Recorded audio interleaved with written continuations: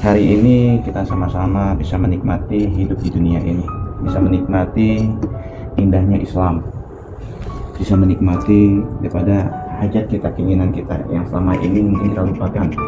Kita masih bisa berkumpul dengan keluarga, itu suatu kenikmatan. Kita masih bisa memandang wajah orang tua, itu suatu anugerah yang besar. Karena tiba saatnya nanti ketika kita ingin memandang daripada wajah orang tua kita, senyum daripada orang tua kita, tawa dan canda daripada orang tua kita, maka tiba saatnya lagi nanti itu tidak akan ada, dan di situ akan timbul penyesalan dan penyesalan, air mata kita.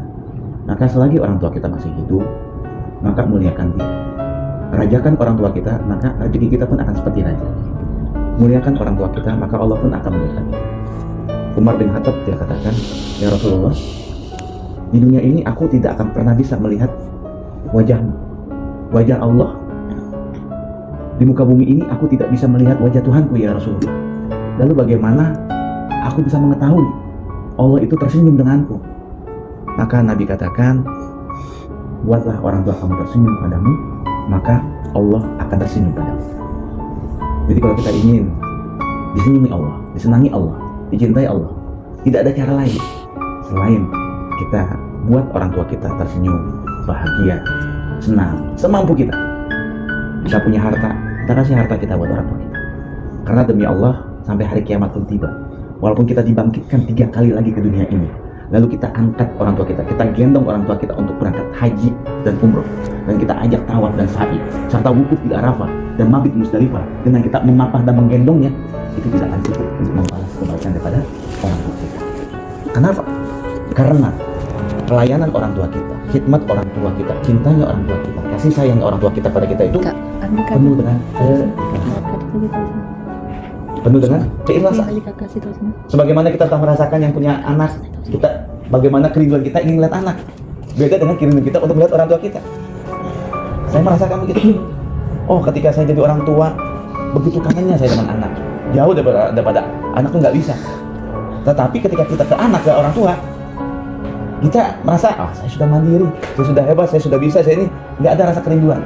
Maka dikatakan disitulah, sebesar apapun masalah kita, jangan pernah takut. Selagi orang tua kita mengangkat tangannya, maka Allah akan turunkan tangannya. Yang dikatakan tadi oleh Ustaz, bahwasanya Allah lah yang memudahkan sesuatu yang susah. Allah mematikan sesuatu yang hidup dan menghidupkan sesuatu yang mati, memanjangkan sesuatu yang pendek dan memendekkan sesuatu yang panjang. Maka apapun masalah yang kita hadapi dalam hidup ini, ketika orang tua kita mengangkat tangannya, maka Allah Subhanahu wa taala akan turun tangan untuk menyelesaikan segala masalah. Nah, tinggal bagaimana sikap kita, perbuatan kita menyenangi orang tua kita, sehingga orang tua kita selalu siap untuk kita untuk mengangkat tangannya, walaupun dalam beberapa malam, walaupun dalam kesendiriannya, walaupun dalam pada kesedihannya, dia tetap rela mengangkat tangannya dan katakan, ya Allah, lindungilah anak-anak kami, sayangilah anak-anak kami, cintailah anak-anak kami.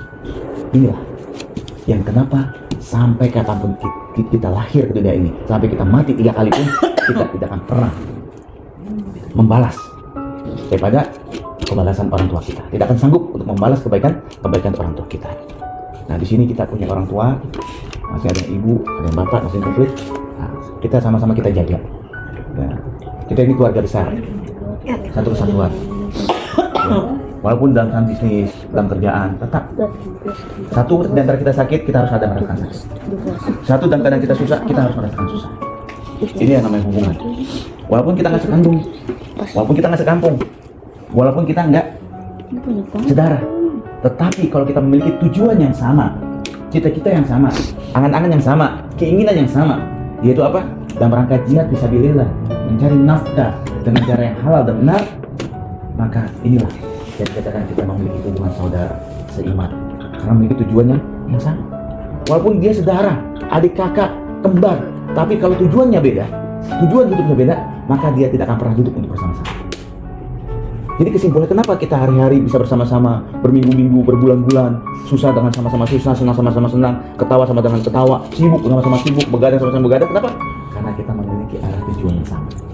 Dan itulah yang harus kita pertahankan.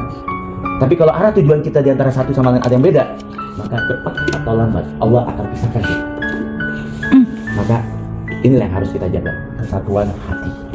untuk kesatuan hati ini akan terjadi, jangan sampai ada yang saling melukai, jangan sampai ada yang saling mengkhianati, jangan sampai ada yang saling mendolimi.